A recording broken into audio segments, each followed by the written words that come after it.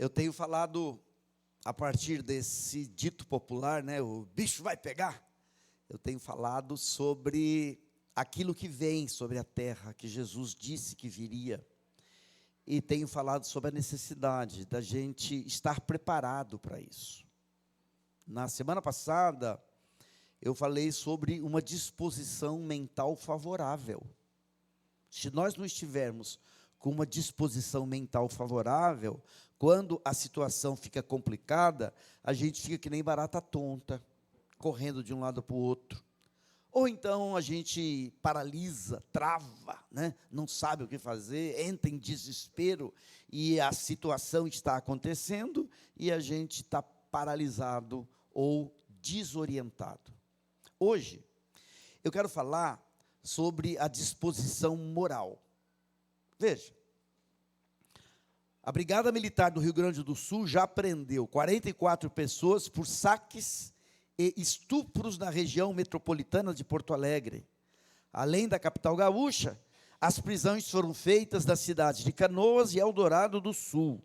Foram 38 prisões por saques e 6 por estupros em abrigos, segundo fontes da Secretaria de Segurança Pública do Estado. Essa é uma manifestação da moralidade em tempo de calamidade. Em tempos de calamidade, a pessoa que já perdeu tanto, a pessoa que já perdeu a sua casa, às vezes já perdeu queridos, né? Nessa calamidade, a pessoa vê pessoas saqueando a sua casa, pessoas estuprando as suas crianças. Então, é uma calamidade em cima da outra calamidade. Isso sem falar no desvio de doações, quantas pessoas doaram e quanto desvio de recursos. Então, essa é uma manifestação da moralidade ou da imoralidade em tempos de calamidade, porque quando a farinha é pouca, meu pirão primeiro, o ego fica mais realçado em tempos de calamidade. Quando somos pressionados por circunstâncias, todos nós tendemos a afrouxar os nossos padrões morais. E eu vou repetir olhando no espelho, e eu vou repetir olhando para você. Pressionados por circunstâncias, todos nós tendemos a afrouxar os nossos padrões morais. A Bíblia conta a história, lá em 2 Reis, de um tempo que Samaria estava cercada pelos sírios. E a cidade cercada não entrava comida, não saía ninguém para os campos, e começou a haver fome. 2 mulheres acertaram, mataram o filho, o bebê de uma mulher, e comeram. Só que quando foi na hora de pegar o bebê da outra, a outra escondeu. Então ela clama pelo rei, ela clama por justiça. Ela fala assim: comemos o meu bebê. Agora, quando é hora de comer o bebê dela, ela escondeu. Quero justiça. Veja como é que o padrão moral foi afrouxado naquela situação, a ponto de haver canibalismo. Aí você vai dizer: ah, mas isso foi lá. 1972, um acidente de avião nos Andes, 13 de outubro de 72, um avião da Força Aérea Uruguaia transportava 45 pessoas, incluindo membros de um time de rugby. Caiu na Cordilheira dos Andes, na fronteira entre Argentina e Chile. Durante a queda, 12 pessoas faleceram e 17 morreram com o passar do tempo, por conta do frio extremo e escassez de alimento. Alguém sabe o que aconteceu? Comeram pessoas, corpos. Comeram corpos. Semana passada eu citei Viktor Frankl, que esteve em Auschwitz, preso, e ele fala que quando alguém morria, e que o corpo era deixado, aguardando ser levado para algum lugar para sepultar, haviam presos que iam lá e cortavam pedaços para comer. Estou falando de uma situação no livro de Reis, ano 600, talvez, por ali, antes de Cristo. Estou falando de 1948, Auschwitz. Estou falando de 1972. Estou usando um exemplo do canibalismo, que para nós é alguma coisa extremamente imoral, para mostrar como em situações de muita dificuldade, a gente pode afrouxar os nossos padrões morais. Por isso, nós precisamos ter uma disposição moral muito firme. Muito firme. Por quê? Pode ir para a próxima? Deixa aí. As circunstâncias que revelam a nossa disposição moral podem ser ou por uma necessidade ou por uma oportunidade. Um homem que rouba para alimentar os seus filhos. Uma mulher que se prostitui para alimentar os seus filhos. O roubo e a prostituição fazem parte da sua moralidade? Você admitiria roubar ou prostituir? E se nós vivêssemos numa situação de extrema calamidade, aonde víssemos os nossos padrões morais não poderíamos ter ultrapassado, certo? Ou então, uma pessoa que aproveita uma oportunidade para ganhar um pouco mais. Então, logo quando houve a situação do Sul, posto de gasolina vendendo a gasolina a R$10, ou então pessoas pegando a água doada, água mineral doada e vendendo, certo? Vendendo. Jesus já entra no templo de Jerusalém na Páscoa com um chicote, porque as pessoas estavam lá fazendo da casa de Deus uma casa de oração. Então, a necessidade pode mexer com o nosso padrão moral, ou a oportunidade. Há pessoas que nunca cometeram certos erros, porque nunca a oportunidade surgiu. Mas quando surge a oportunidade, aí a coisa fica complicada. A história de Acã, né? O Josué lidera a entrada em Jericó. Quando Acã vê ali capa e ouro, Acã pega e esconde. Acã não entrou para roubar. Acã estava na mesma disposição de todos que estavam ali liderados por Josué, conquistar Jericó. Mas Acã viu a oportunidade. Viu a oportunidade. A história de Ananias e Safira. Ananias e Safira vendem a propriedade e escondem uma parte do recurso e dizem que venderam por tudo aquilo. Ou então, negociar a verdade por interesse ou por vergonha. Será que deveríamos ser tão audazes em apontar o outro com relação aos seus padrões morais, se nós muito facilmente podemos negociar a verdade, dependendo do nosso interesse ou dependendo da vergonha que se expõe? Então veja, uma disposição moral adequada, ela precisa ser desenvolvida, enquanto nós vivemos tempos de bonança.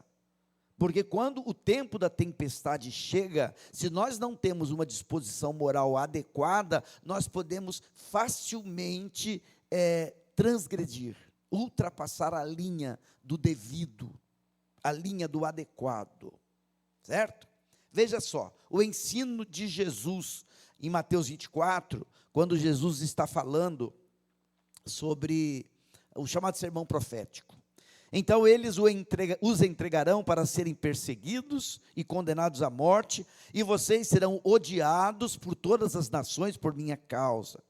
Naquele tempo muitos ficarão escandalizados, trairão e odiarão uns aos outros, e numerosos falsos profetas surgirão e enganarão a muitos. Então Jesus está falando aqui de circunstâncias opressoras. circunstâncias aonde você pode ser colocado sobre uma grande pressão, perseguido, condenado à morte, odiado, escandalizado, trair, odiar, toda essa situação. E aí Jesus fala: devido ao aumento da maldade, o amor de muitos esfriará. Aumento da maldade. E maldade aqui não é somente um termo de moralidade pessoal, mas é um termo que implica o mal que está acontecendo. Então, a catástrofe no Rio Grande do Sul é um mal, e a pessoa que saqueou ou estuprou também é um mal. Esta maldade, Paulo vai falar em Romanos 8, que a criação geme, aguardando a adoção.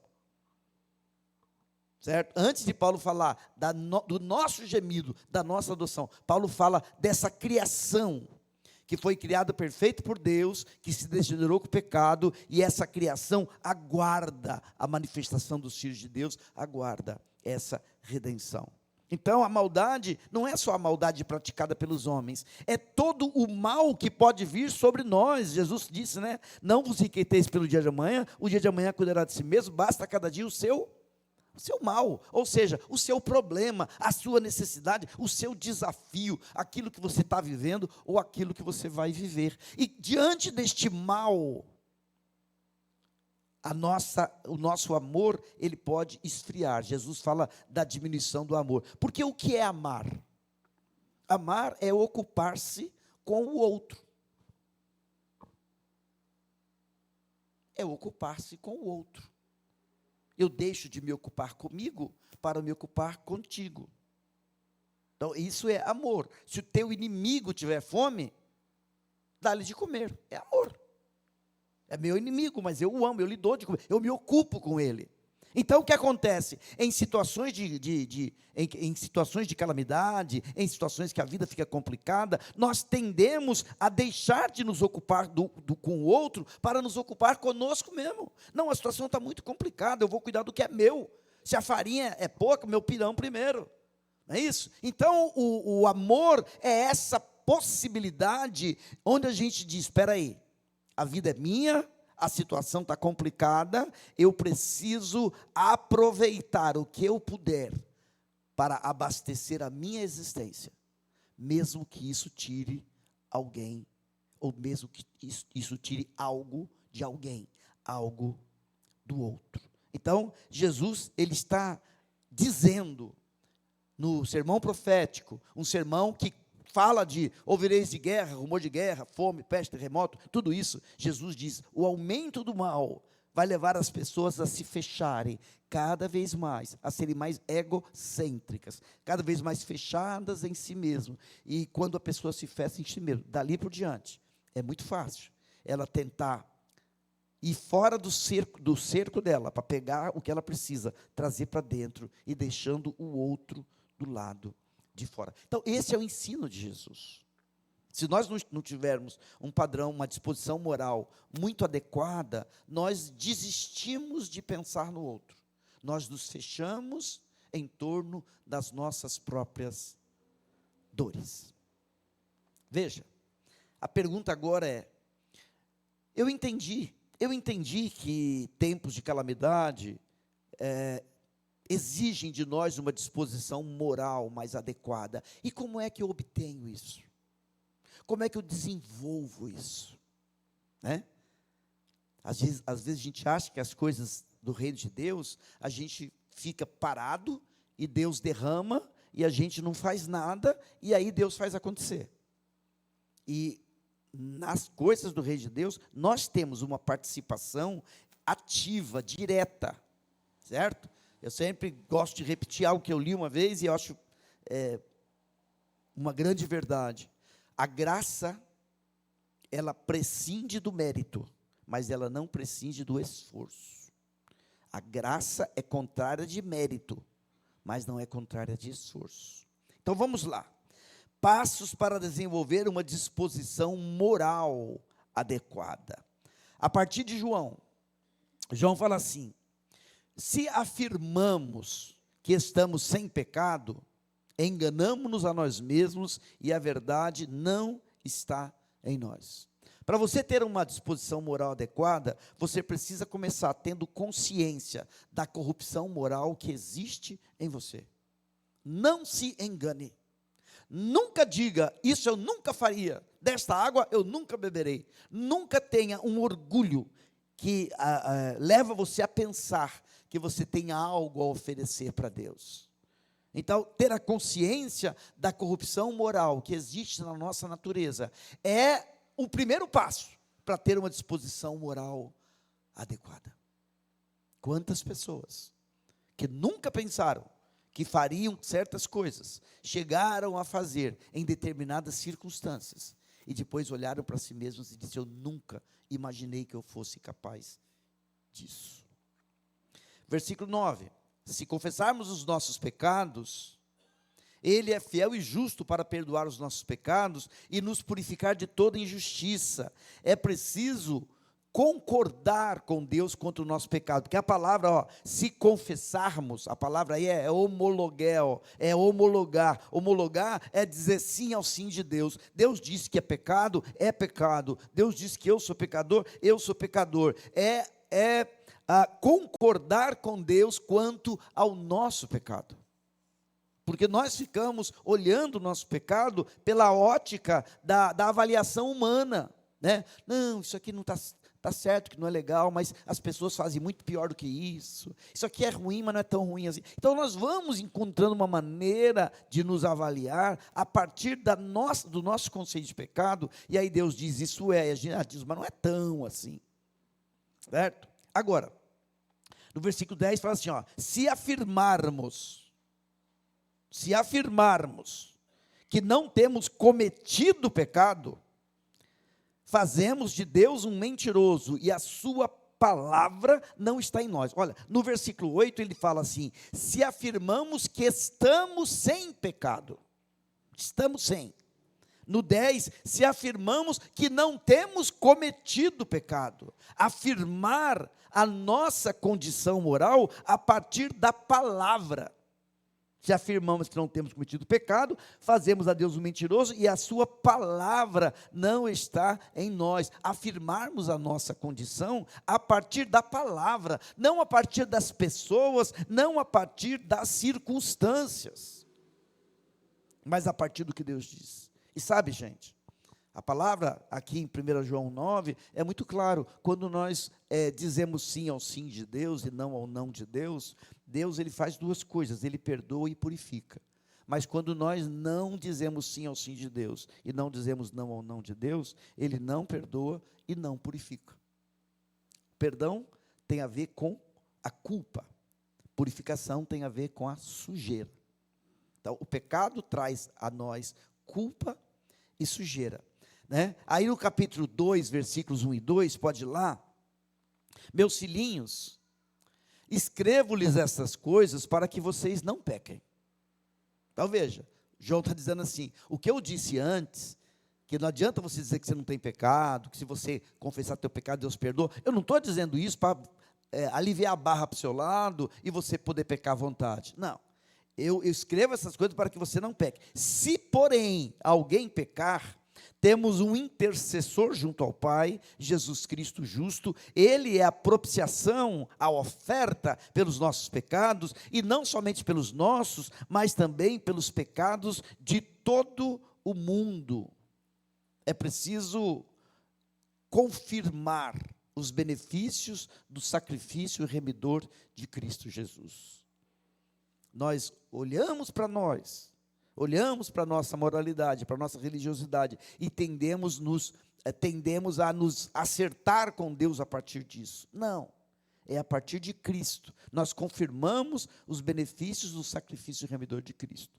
Então, o que João ensina para nós? Uma disposição moral adequada começa entendendo que você é pecador, e que você tem cometido pecado, e que você, dada circunstâncias aflitivas, você pode chegar e poderia chegar a cometer pecados inimagináveis. A gente pensa isso nos outros, né? Não, as pessoas fariam. Não, nós faríamos. Certo? Agora, qual é o ensino de Jesus?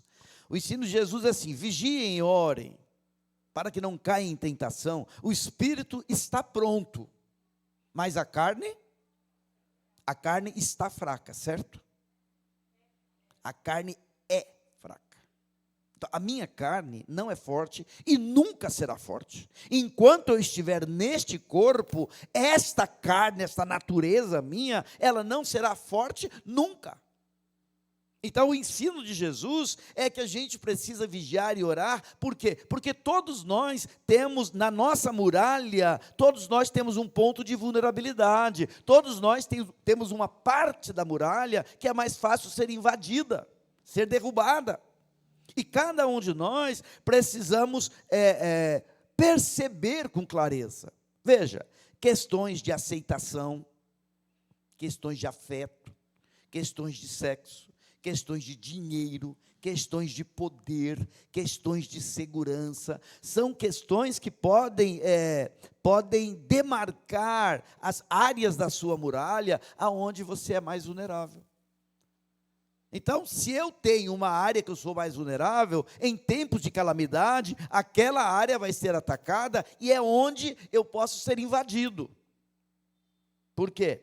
Porque eu preciso vigiar, saber que o ataque vem, eu preciso orar, saber que eu não dependo de mim mesmo, eu preciso do Senhor, eu preciso lembrar que a minha carne, ela sempre é fraca.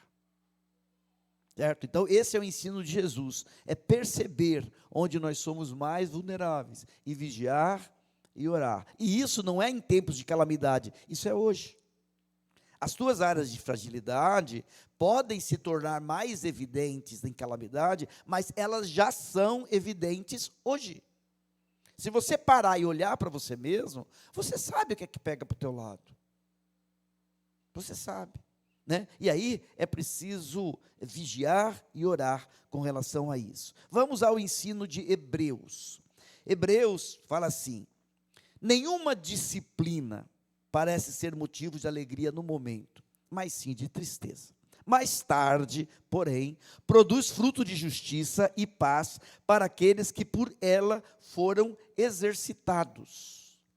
Então, o autor de Hebreus está falando no capítulo 12, ele está falando sobre disciplina.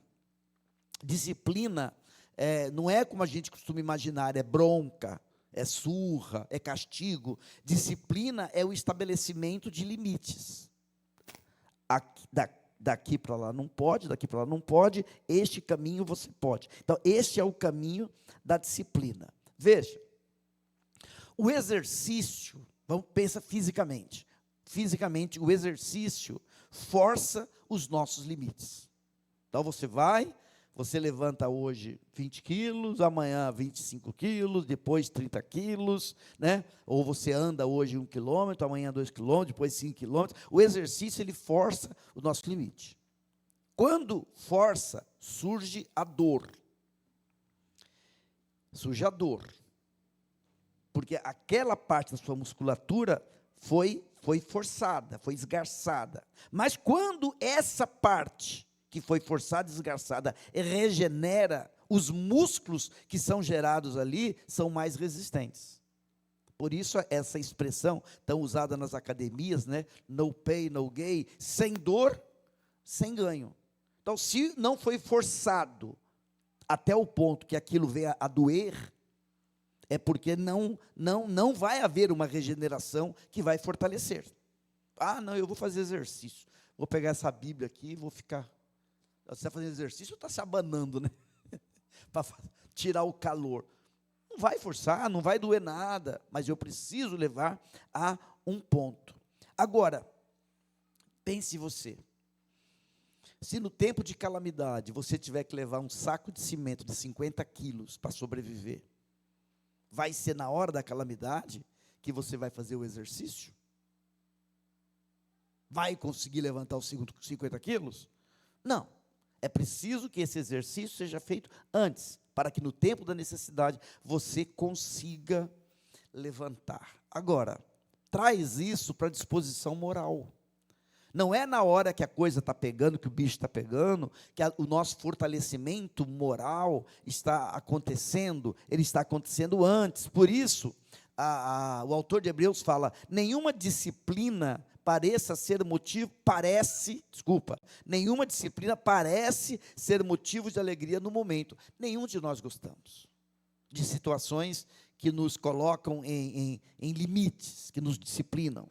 Parece ser motivo de tristeza. Mais tarde, porém, produz um músculo fortalecido, fruto de justiça. Justiça, o que é justo? É aquilo que é, o que é justiça? Aquilo que é justo, aquilo que é certo, aquilo que é adequado. Esse resultado acontece em nós, justiça e paz para aqueles que por ela foram exercitados. Então, Deus está trabalhando na tua vida. A maneira como é que você interpreta o que Deus está fazendo na tua vida? Você interpreta como castigo? Você interpreta como a força do diabo que está vindo sobre a sua vida? Você interpreta como burrice da sua parte? Ou você interpreta como Deus trabalhando pelo ganho moral que você precisa para que isso não venha a acontecer com você? Tudo isso deve ser buscado antes da necessidade ou antes da oportunidade. Quando fazia trabalho em Iperó, conheci um irmão em Cristo, e eu digo com todas as letras, é meu irmão em Cristo, estava preso, mas é meu irmão em Cristo. Por quê? Já contei isso aqui. Ele, químico farmacêutico, um vendedor de remédio pediu que ele aviasse uma receita, que ele preparasse um remédio. O camarada mandou imprimir as caixinhas, as bulas, ele fez a formulação, o camarada invasou, colocou nas caixas e vendeu nas farmácias. Ele era vendedor de medicamento, vendeu. Um dia, a vigilância pegou numa farmácia um remédio falso. E aí foram atrás da farmácia. A farmácia entregou o vendedor entregou esse meu irmão em Cristo. 8 anos de cadeia. A oportunidade dele ganhar dinheiro bastante chegou. Mas por não ter uma disposição moral adequada, ele aceitou. Se ele tivesse uma disposição moral adequada, ele teria dito, não, isso eu não quero. Bom, quais são os benefícios de uma disposição moral adequada? Os benefícios de uma disposição moral adequada é o seguinte: primeiro, sem enrosco com a lei humana. Ninguém pense que só porque somos filhos de Deus, nós não poderemos um dia ter que nos haver com a justiça. Você sabe, 2 momentos na minha vida que eu via Jurupoca piar. Jurupoca piar, que eu via a coisa ficar complicada para o meu lado, né? Eu era pastor em Jacupiranga e nós compramos cimento na fábrica de cimento, que era muito mais barato, para a igreja fazer o contrapiso, trocar o piso.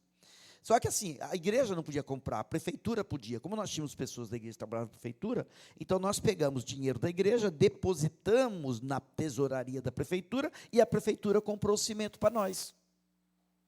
Mudou o prefeito, todo prefeito que chega louco de vontade de arrumar para a cabeça do outro, né? Falou, opa, a prefeitura deu cimento para a prefeitura. Aí o delegado me intimou.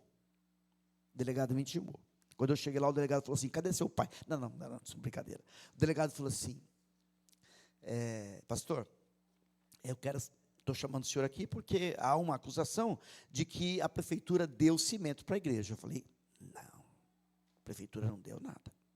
Nós depositamos, está aqui o comprovante do depósito. Nós depositamos na tesouraria da prefeitura e a prefeitura comprou.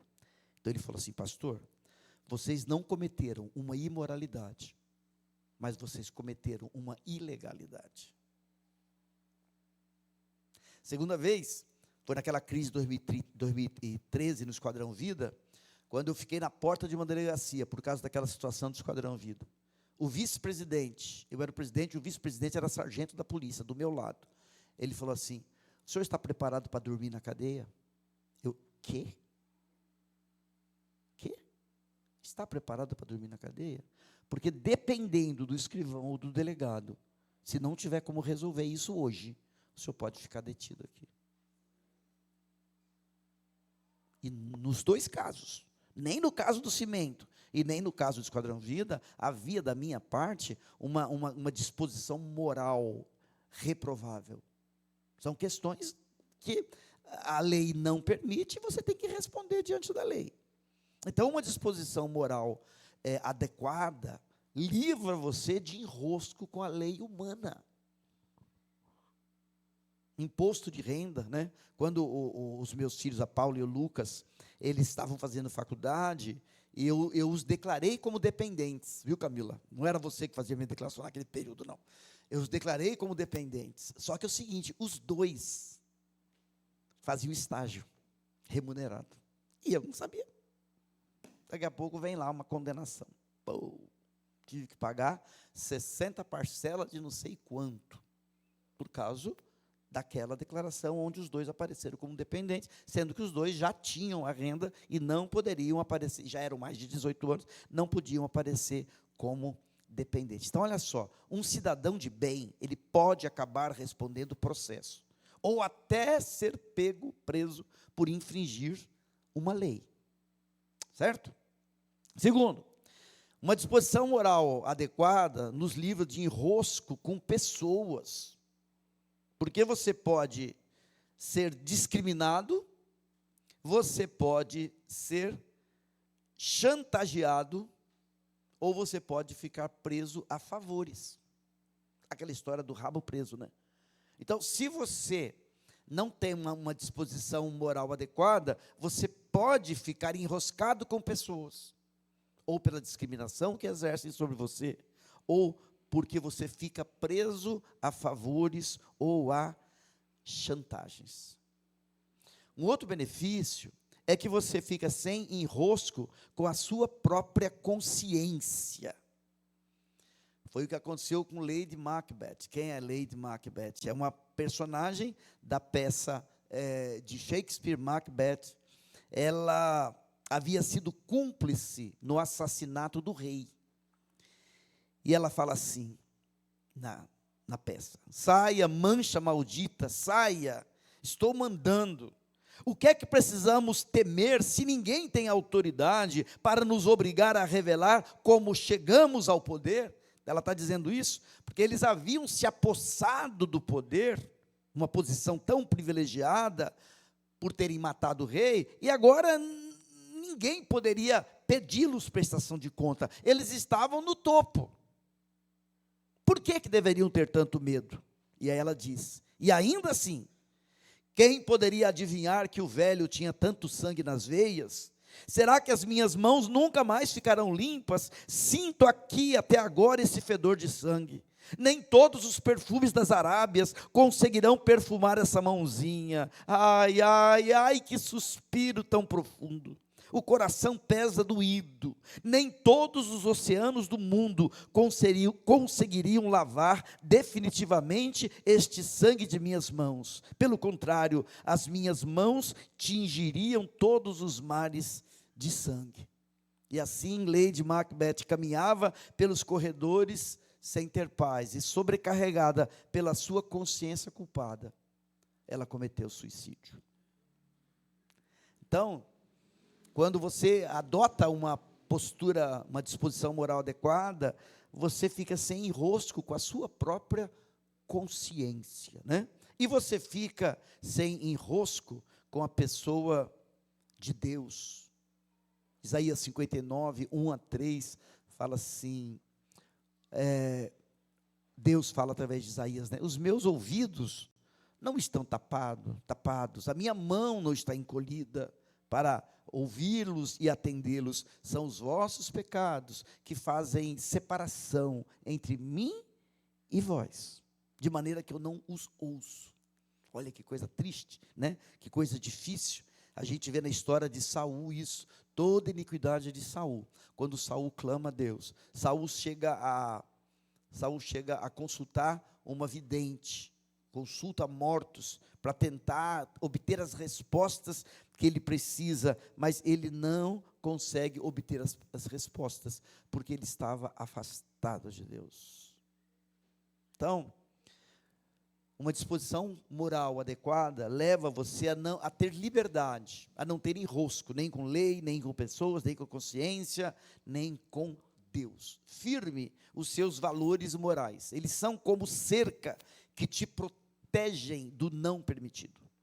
Mas firme os seus valores morais quando a sua vida está de boa.